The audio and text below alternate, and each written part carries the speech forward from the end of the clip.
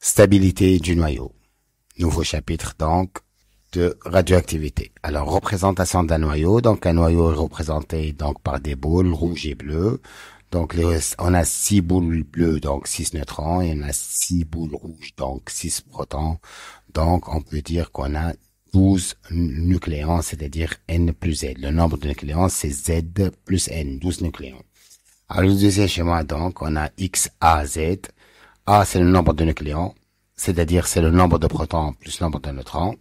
Z, c'est le numéro atomique, c'est-à-dire le nombre de protons. Ou X, c'est le symbole de l'élément chimique. Ça, c'est rappel de 10e année secondaire de l'enseignement tunisien.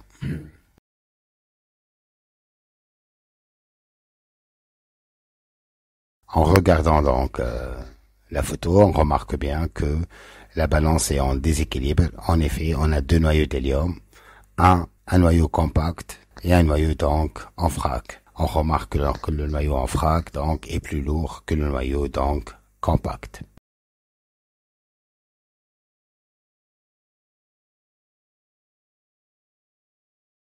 Donc, défaut de masse. Alors, donc la masse d'un noyau est toujours inférieure à la somme des masses des nucléons qui le constituent pris séparément.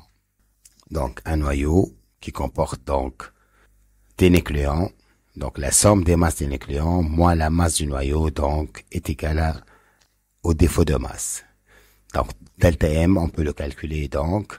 Z, c'est le nombre de protons, fois masse d'un seul proton. Donc, on trouve la masse de tous les protons, plus A moins Z, c'est-à-dire le nombre de neutrons, puisque A égale à Z plus N, donc N fois A moins Z, fois masse des neutrons, donc on trouve la masse de tous les neutrons, donc et ainsi Z fois MP plus A moins Z fois N, on trouve la masse du noyau, donc, en vrac. Donc, moins la masse du noyau compact, donc on trouve une différence positive. Cette différence est appelée donc défaut de masse.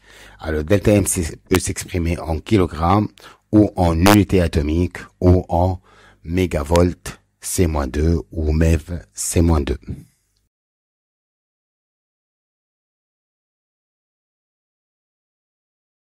Équivalence masse-énergie.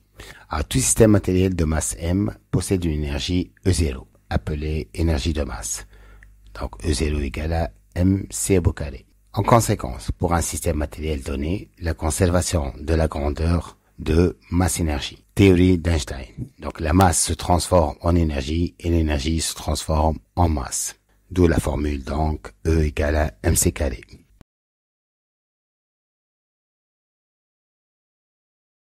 Énergie de liaison.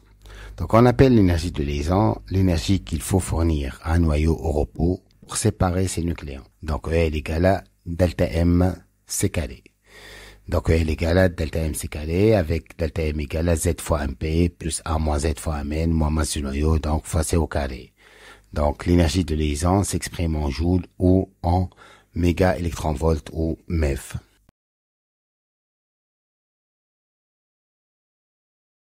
Énergie de liaison par nucléon. Donc on définit à partir de EL l'énergie de liaison par nucléon que EA égale à EL sur A.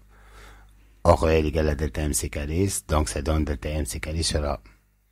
Or delta M égale à Z fois MP plus A moins Z fois Mn moins masse du noyau, donc ça devient Z fois MP plus A moins Z fois Mn moins masse du noyau fois C au carré sur A. EA s'exprime donc en MeV nucléon moins 100.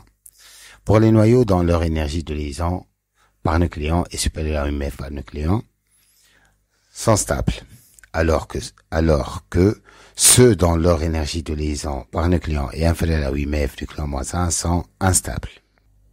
On donne un U égale à 931,5 MeV C-2 égale à 1,67 10-27 kg.